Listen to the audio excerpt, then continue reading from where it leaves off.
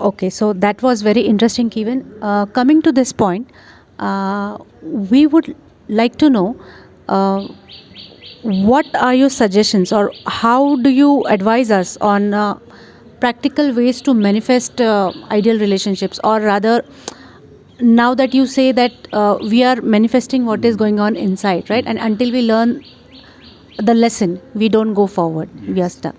So, are there actual practical methods, techniques to learn the lesson and work about it and go ahead? Can Is there a way out of this trap?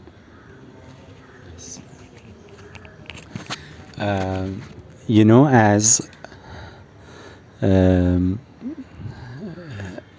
I think that the people who come to see this video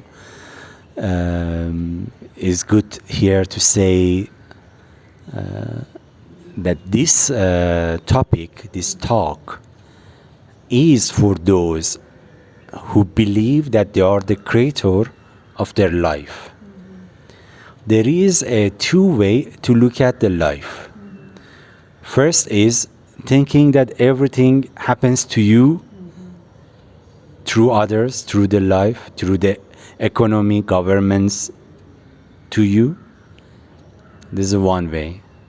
And the another way is that to think that, to see that everything happens through you, to the world. You design what you are going to dream in the night and in the life. Everything happening in your mind. So this talk is for those who believes that they are the creator. They believes that their energy, their frequency attract the same to their life.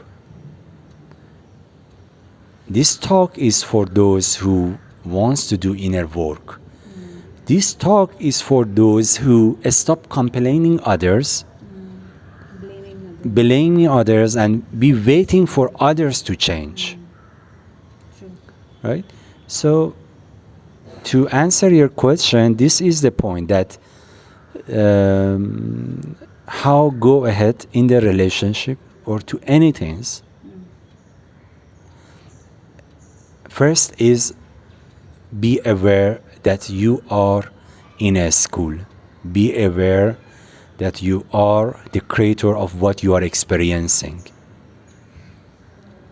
As I mentioned in my book, that in the same way that you see some dreams in the night, some characters in the night, they comes and bother you. You see a nightmare, right? When you wake up, the first thing that you will say to yourself is that you don't chase them, because you know that you manifest them in your dream, in your mind, you experience them, and now that you wake up, you know that all of them was made by you. In the same way, when we experience death is nothing more than the same things that we experience every morning when we wake up from the dream. Our spirit body, our soul body is dreaming, is asleep in the celestial bed, and is dreaming this life in this form. So when we wake up, when we die, actually we wake up from this dream, and then we notice that all the things that we manifest, even those we call them our parents, the economy, the government, our friends, this body, all of them, they were dream, and we were watching this dream in our mind. So in the same way that there is no place to complain the people who you see in your nightmare, the same things that you are experiencing and you believe that this is happening in the life reality, which actually is only an illusion. Also, there is no any place to complain the life reality, because there is only you as the creator of everything. Okay. Also, this is why I say that there is no good and there is no bad. There is no negative and there is no positive. But if you believe in the negative, you will dream the negative. If you believe in disease, you will dream the disease. If you believe on the poorness or lack, you will experience the poorness and lack in your dream. It is, how you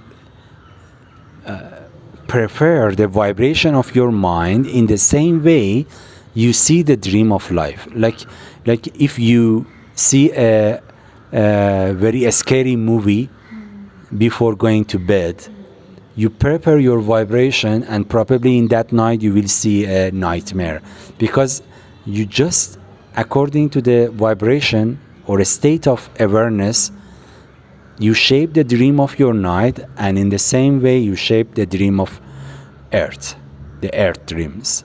Okay. So this is why I repeat, this is why I believe that there is no good or bad for those who don't believe on the good or bad. And there is also lots of good and bad for those who think about good and bad. I refer to this story of the tree of knowledge of good and evil, that when we eat that forbidden fruit, we all begin a psychedelic journey, the trip of earth. And in that dream, because we got a knowledge of good and evil, we start to see the good and evil. And now to get rid of the effect of the knowledge of good and evil, we need to practice non-judgmentality. Again, if we come back to your question from this point, that what is the key, what is the point, or what is the matter, or the point of awareness to be in a relationship is this, that be aware that you are a dreamer, be aware that as you think it will be done to you,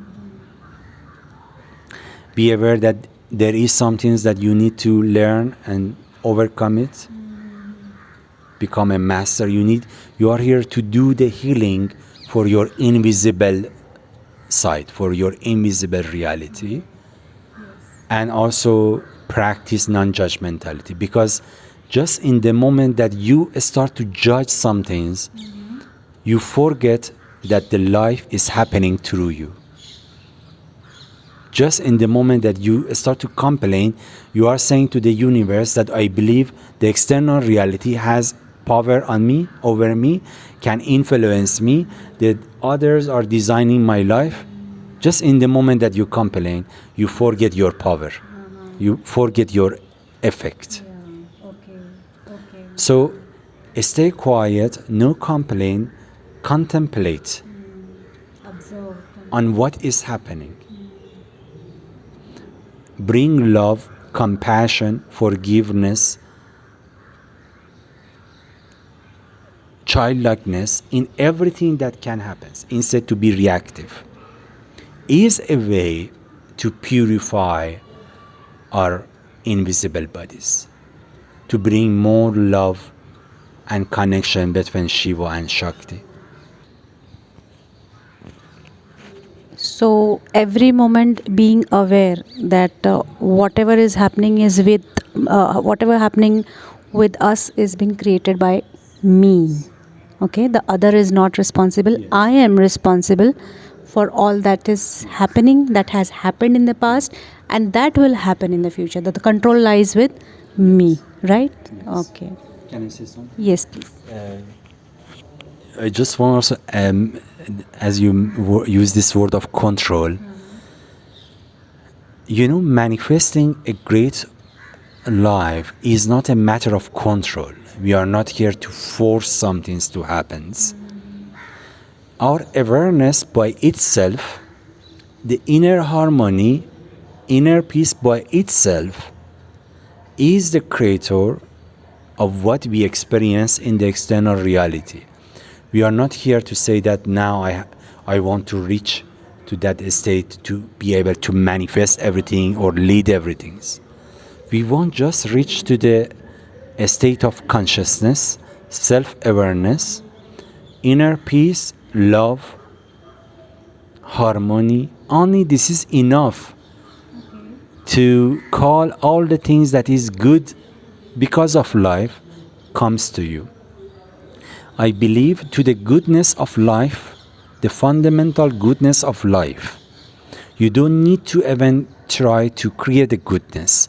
The life by itself is good, but you can see it when you are beyond the judgmentality, when you are full of acceptance, full of love, full of compassion, when you know how to be quiet. Just is we don't need to control anything or force anything. Life is beautiful, it's full of harmony, it's full of love. Just we need to be aware of the dynamic of this creation. Okay, then in that context, how do you relate our desires? They can be a desire for a particular person, desire for abundance, desire for, yeah. So, on one side, you say there is no need to control, or there is nothing to create, there is no efforts to be taken to create something. But on the other hand, this is a fact that we do have desires. It is a truth. So, how do we relate these two things?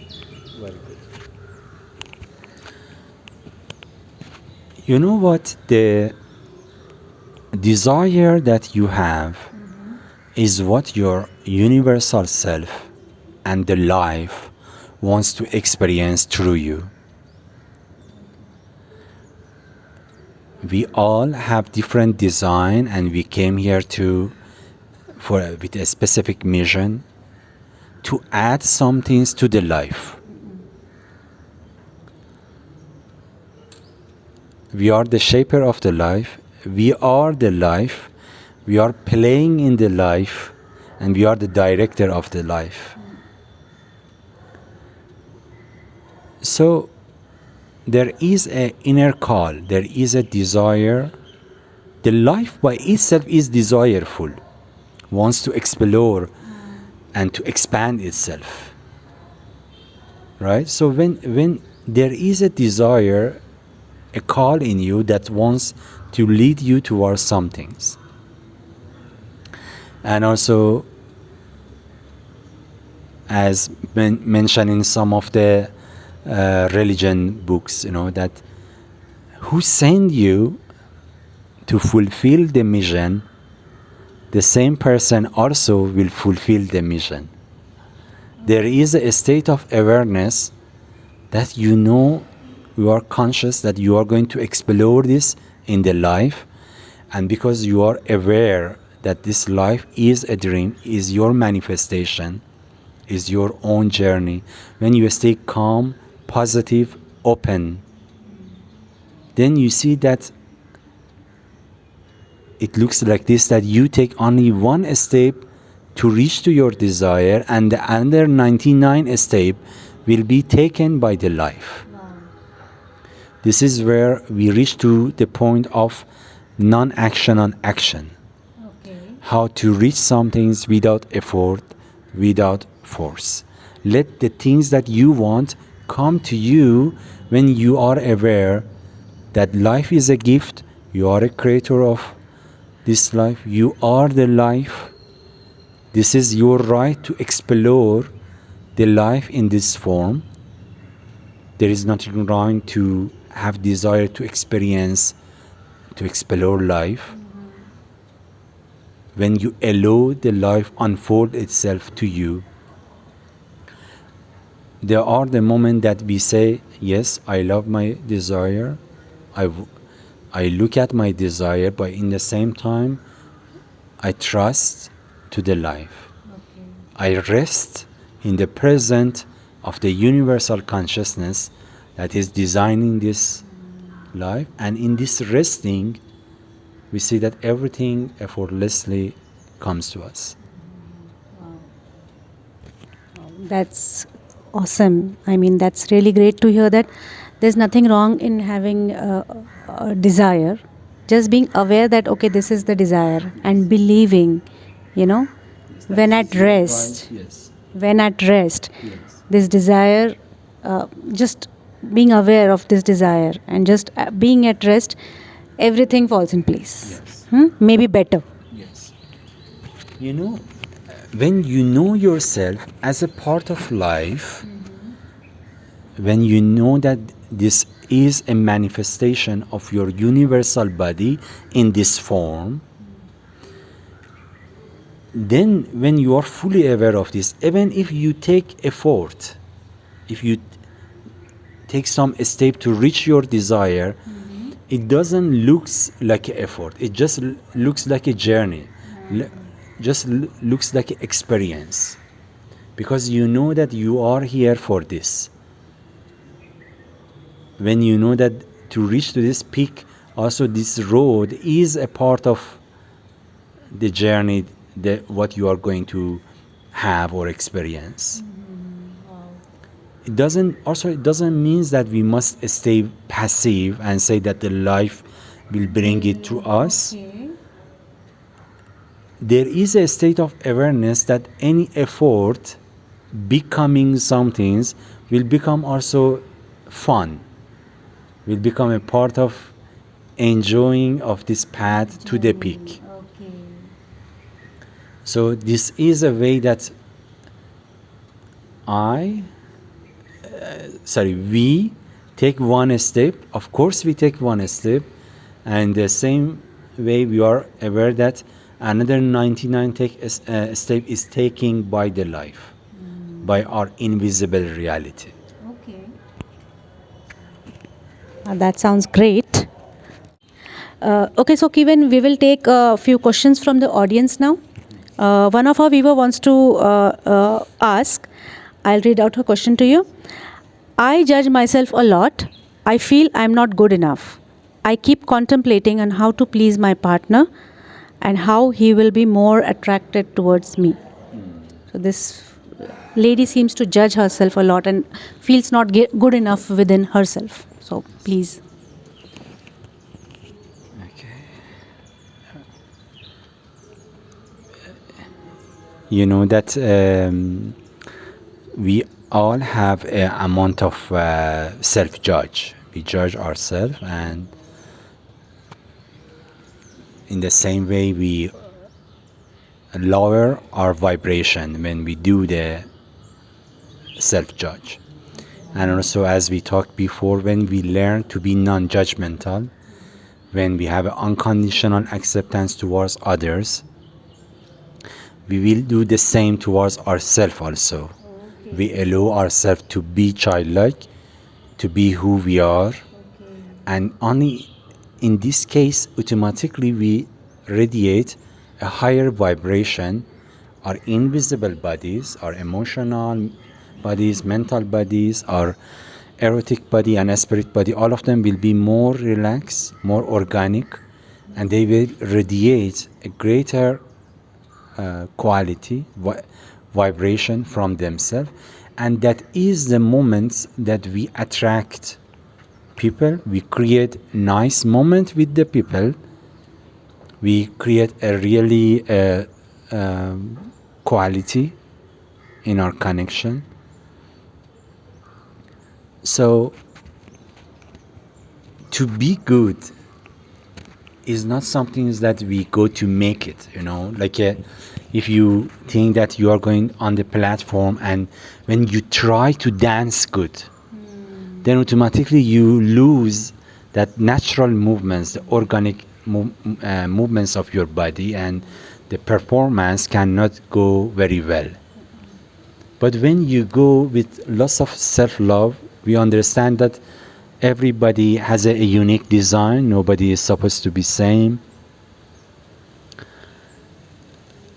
When you love yourself, then automatically your small movements, very simple movements on the platform, will influence the people who are watching you. We like to be good, but just we need to work with how we are inside, how we are feeling inside about ourselves. And how do you think how to bring that to balance, how to feel good about ourselves? Yes. People struggle to do that, right? Yes. Also this comes from the practice of first give a space to others by don't judging them. Don't try to change them.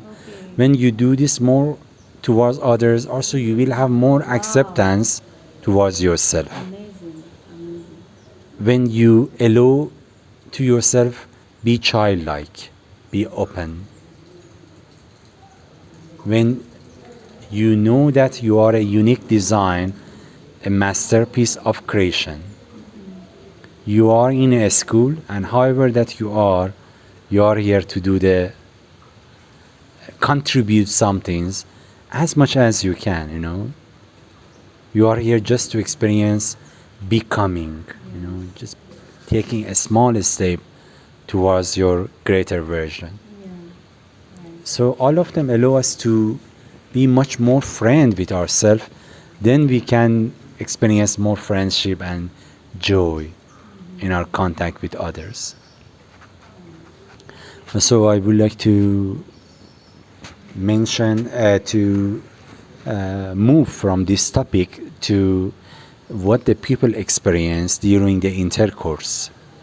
The many people think they go towards the intercourse in just as a physical experience, but actually that is a deeper experience that all are the layers of our invisible bodies involved in that experience. And when you read this question, I remember that many times I saw that my students or client, they say that what they experience through sex is different. I remember one of my male students says that what he was experiencing with his ex-girlfriend was much more deep and fulfilling than what he is experiencing right now with his present girlfriend. Or lots of things like this, that really what we experience as a joy, how we can lead intercourse to experience of love making, all of them is related to how our invisible bodies are already open, purified and beautified to make the connection. Only in this case the joy will be the outcome of the intercourse. Without this, the intercourse only lead us to the pleasure, and the pleasure is superficial. It happens only in the level of the body. But joy is something that touch the soul, and when the soul get touched, it leads to create more contact, more love, Profoundness of this. yes, more willingness to be together. So those who don't work on their invisible bodies, as much as they do more intercourse, they can feel more repulsive or cold towards each other, because they go to each other and they see that the outcome of this contact is only pleasure, is not rich enough. So they then start to stay cool, or they get separated somehow. But if they go and let the intercourse become a ceremony, a deep contact for souls, for the layers of the body, and when they have some things in their invisible bodies to share, which here the most important is acceptance. When we are conscious to allow the exchange of energy happens without judgmentality, without rejection, then that experience lead them to the joy, self-satisfaction, and in this case two people become closer and closer and finally one. This is how true love relationship and intercourse, we can reach to the enlightenment, to reach to the state of the non-duality. And to reach that, we need to do self-work, purifying, beautifying our layers of invisible bodies, and put non-judgmentality and acceptance and childlikeness as the most important pattern in this connection. That is incredible. We'll break. Camera. This phone is getting in drenched in rain.